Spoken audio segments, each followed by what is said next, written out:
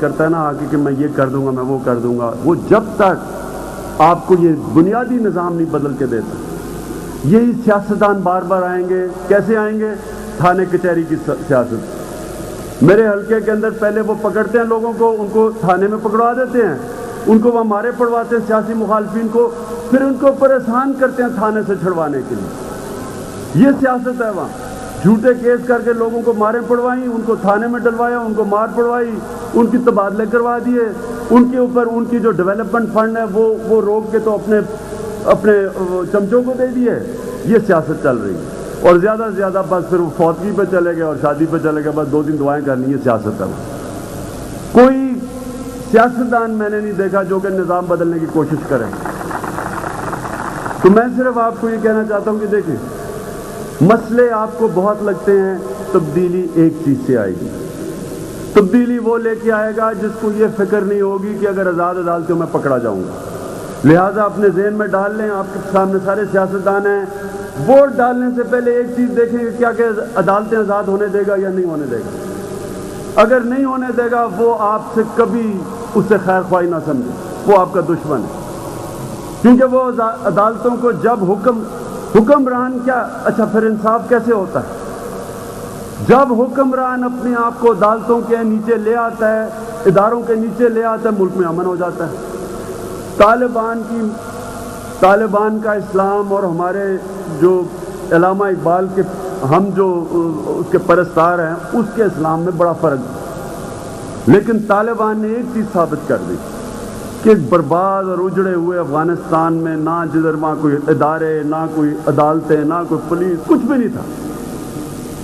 انہوں نے صرف کیا کیا کہ اپنے آپ کو قانون کے نیچے لے آئے، اور انہوں نے جو بڑے بڑے جن کو وار لارڈز کہتے ہیں، جو آج پھر امریکہ نے مضبوط کیا افغانستان میں، ان کو قانون کے نیچے لے آئے. سارے ملک میں امن ہو گیا. ان کو دشمن بھی مان گیا کہ سارے افغانستان میں ایک ہی وقت امن ہوا ہے طالبان کے دور میں. اپنے آپ کو جب حکمران قانون کے نیچے لے آتا ہے، امن ہو جاتا ہے. خلفائے راشدین کے زمانے میں حضرت عمر رضی اللہ تعالیٰ، حضرت علی رضی اللہ تعالیٰ، دونوں جب خلیفہ وقت تھے، دونوں کٹارے میں جا کے کھڑے ہو گئے. خود جا کے وہ عدالتوں میں جب کھڑے ہوتے ہیں تو وہ ملک میں تبدیلی آتی ہے. آج آپ پاکستان کسی مسلمان ملک میں چلے جائیں، آپ کو کوئی حکمران عدالتوں میں جاتے نہیں دیکھے گا. ابھی ٹونی بلیئر عدالت میں گیا ہے، اس سے پہلے صدر کلنٹن گیا، اس سے پہلے صدر نکسن امریکہ کو، اس کو انہوں نے فارغ کیا، امپیچ کیا. یعنی کہ ان کے حکمران اب ان راستے پہ چل رہے ہیں، اور ان کی عدالتیں ان کے حکمران سے اوپر بیٹھی ہوئی ہیں. ہمارے ملک میں آج جو ہو رہا ہے، صدر مشرف کر رہا ہے، کانسٹیٹیوشن کے اوپر ایک آدمی بیٹھ کے ایک آدمی ملک کا آئین بدل رہا ہے.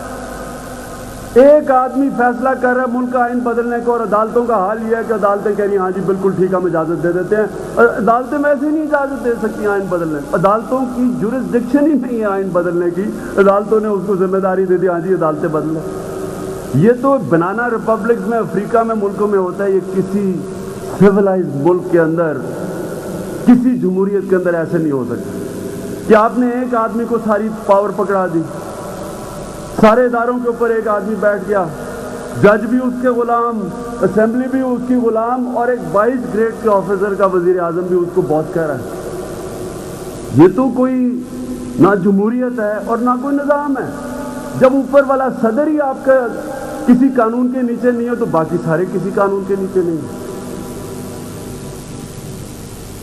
دوسری چیز، ایک تو عدالتی نظام، اور اس کے بعد جو چیز ہونی چاہیے وہ ہے انسانیت کا نظام. جس نظام کے اندر انسانیت نہیں ہے، پہلے تو وہ اسلام کا نظام ہی نہیں ہو سکتا. اس نظام میں کبھی اللہ کی برکت نہیں آتی. میں کیونکہ ساری دنیا میں پھرا ہوں کرکٹ کی وجہ سے، میں آپ کو یہ بتا دوں کہ جو حقوق آج برطانیہ، یورپ کے اندر جانوروں کے ہیں، وہ پاکستان میں انسانوں کے نہیں ہیں.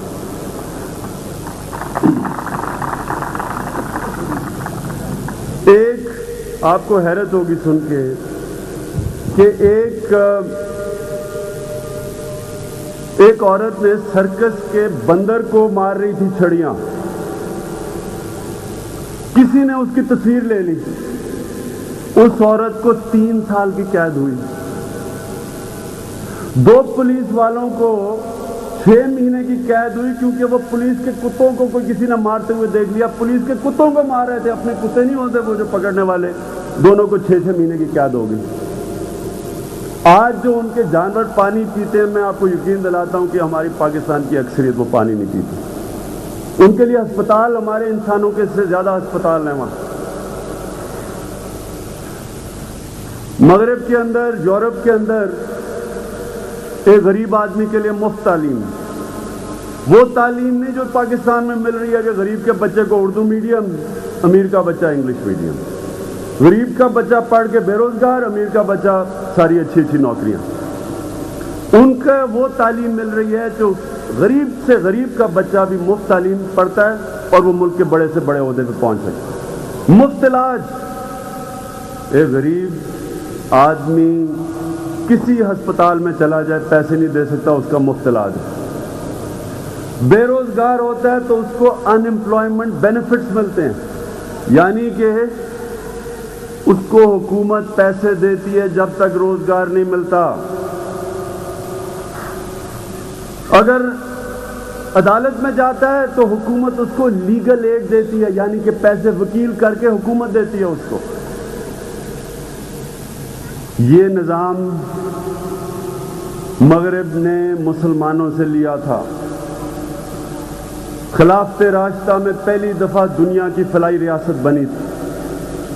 پہلی دفعہ دنیا میں ایک ریاست نے ذمہ داری اٹھائی تھی کمزور کا دھیان رکھنے کے لیے. یہ آج مغرب میں آپ کو ملے گا, شاید ایک آدھ عرب ملک میں مل جائے جدھر ان کے پاس پیسہ زیادہ تھا, لیکن آپ کو مسلمان دنیا میں نہیں ملے گا. میرا اپنا یقین ہے کہ جب تک پاکستان میں حکومت عوام کی ذمہ داری نہیں لیتی, ہم اسی طرح ہی ذلیل ہوتے رہیں گے. کیونکہ ہر انسان کا حق ہے اس ملک کے اندر کہ حکومت اس کو تعلیم, اس کا صحت, اس کو انصاف دلوائے اور اس کی بنیادی ضروریات یعنی کہ پینے کا پانی فراہم کرے. یہ ایک ہر پاکستانی انسان کی ذمہ داری ہے. اور آخر میں یاد رکھیں کہ ایک اسلامی معاشرہ ہمیشہ خوددار ہوتا ہے. یہ ناممکن ہے کہ جو لوگ لا الہ الا اللہ, جو لا الہ الا اللہ کو مانتے ہیں, یہ ناممکن ہے کہ وہ بت پرستی کریں. یہ جو آج ہمارا ملک امریکہ کی بت پرستی کر رہا ہے, مجھے بڑی شرم آتی ہے پاکستانی ہوتے ہوئے. جب ہمارا وزیر اعظم امریکہ جا کے کہتا ہے کہ امریکہ جو جاتا ہے وہ خالی ہاتھ واپس نہیں آتا, یا وہ کہتا ہے کہ امریکہ کی اگر ہمیں تھاپی مل جائے تو جمہوریت آ جائے گی. ایسی بے شرمی سے اگر لیڈرشپ اس طرح غلام ذہنیت کی ہو, وہ ملک آگے کیسے ترقی کر سکتا ہے؟ اور جب امریکہ کا کوئی بھی آ جاتا ہے, وہ جب وہ آرمیٹیج آنے لگا تھا تو پکڑ کے بےچارے 4-5 لوگ مار دیے, جی القاعدہ مار دیا ہم نے. پتہ نہیں وہ بےچارے کون تھے, جس کو مارتے ہیں وہ القاعدہ نکلاتی ہے. وہ امریکنوں کو خوش کر کے پھر یہاں سے پتہ نہیں کتنے لوگوں کو وہ بےچارے, یا ان کا قصور تھا یا نہیں تھا, ان کو پکڑ کے امریکہ بھجوا دیا. پھر اوپر سے جھوٹ بولتے ہیں. میرے سامنے وہ شیخ رشید بیٹھ کے کہہ رہے کہ جناب پاکستان سے کوئی آدمی گیا ہی نہیں ہمارا یہاں. نیوز ویک کے اندر آ رہا ہے کہ بیچاری ایک ڈاکٹر آسیہ کو پاکستان سے اٹھا کے وہاں لے گئے, اور وہ ہمارا انفارمیشن سیکرٹری کہہ رہا ہے کہ کوئی ہم لے کے نہیں گئے. ہمارے لوگ مرے, افغانستان کے اندر قتل عام ہوئی. وہ لوگ اچھے تھے برے تھے جیسے بھی تھے, وہ طالبان کے ساتھ جو لڑ رہے تھے وہ جنیوا کنونشن کے مطابق ان کے حقوق تھے, ان کو جانوروں کی طرح قتل کیا گیا. چپ کر کے ہماری حکومت تماشا دیکھ رہی ہے. بھئی کم از کم یہی کہہ دو کہ جنیوا کنونشن کے مطابق ان کے حقوق ہیں, یہ پرزنرز آف وار ہیں. کوئی تماشا دیکھ رہے ہیں, ان کو جیلوں میں مارا, کنٹینرز میں مارا. CNN اور BBC میں ہم نے دیکھا نوجوانوں قتل عام ہوا, چپ کر کے تماشا دیکھ رہی ہے. امریکہ میں جو پاکستانی ہے جو ان سے کیا گیا, کوئی حکومت ڈر رہی ہے بات کرتے ہوئے. اب وہاں سے حکم ملا کہ عراق فوج بھجوا دو. وہ پہلے مان گیا تھا جنرل مشرف کہ فوج بھجوا دیں گے, جب وہ یہاں آیا تو میرے خیال میں چودھری صاحب نے اسے بتایا کہ جناب یہاں اگر فوج بھجواتی تو یہاں ملک میں بڑا مشکل پڑ جائے گی، تو فٹافٹ اس نے پھر انکار کیا۔ تو کبھی کوئی ملک آج تک لوگوں کے جوتے چاٹ کے آگے نہیں بڑھا۔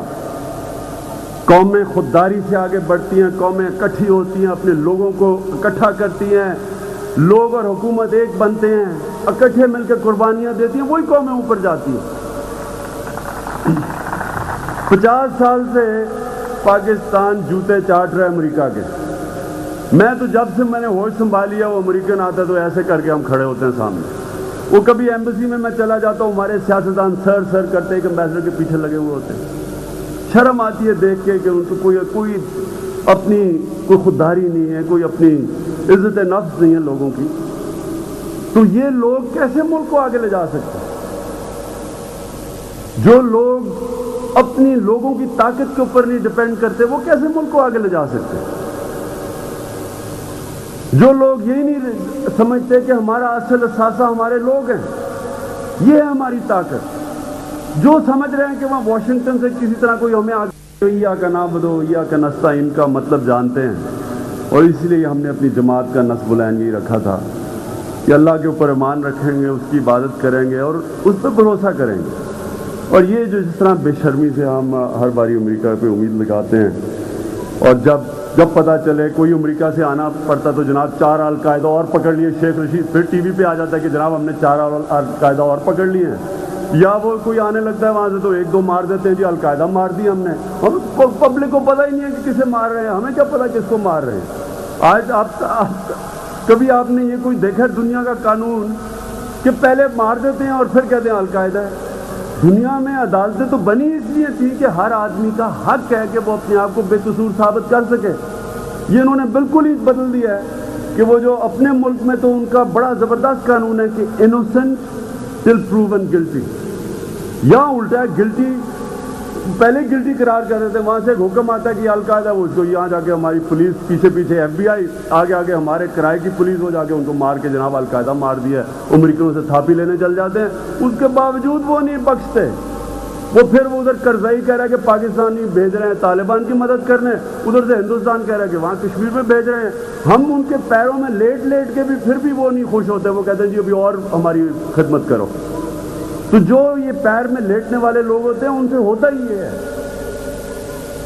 تو میں پھر سے آپ کا شکر گزار ہوں، پروفیسر صاحب آپ کا بھی، اور ہارون رشید پھر سے آپ نے جو بھی اتنی میرے لیے جو آپ نے لکھا، آپ کا بھی شکر گزار ہوں۔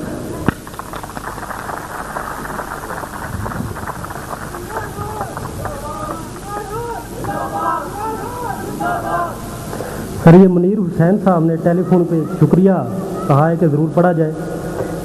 ہارون رشید اپنے کالموں میں جس صوفی کا ذکر کرتے ہیں اس صوفی کے ساتھ عمران خان کو ملانے کا شکریہ۔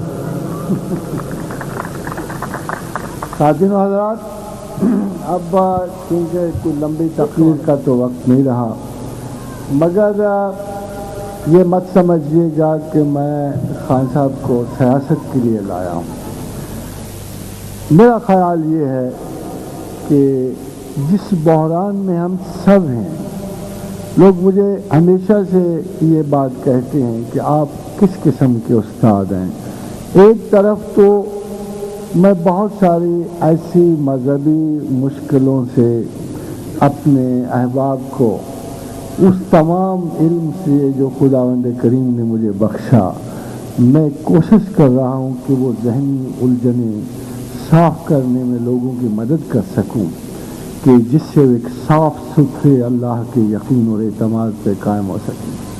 دوسری طرف میں یہ سوچتا ہوں کہ جب کوئی نام کا ہی استاد صحیح اگر حسن نیت کے ساتھ کسی معاشرے میں آ جاتا ہے تو اس کا لازم عنصر صرف گفتگو سننا اور واہ واہ نہیں، بلکہ وہ اس اجتماعی کردار سازی میں مدد دیتا ہے کہ جس کے بعد لوگ نہ صرف اپنے احساس زیاں سے آگاہ ہوتے ہیں بلکہ اس کو دور کرنے کی خاطر کمر بستہ ہو جاتے ہیں۔ جیسے میں نے کہا، میرے پاس بے شمار تعریف کے الفاظ نہیں ہیں. میں خود خطا کار ہوں اور کسی کو خطا سے پاک نہیں سمجھتا. انبیاء قدس کے بعد ہم سب کا ایک پیمانہ فکر ہے کہ کسی انسان کو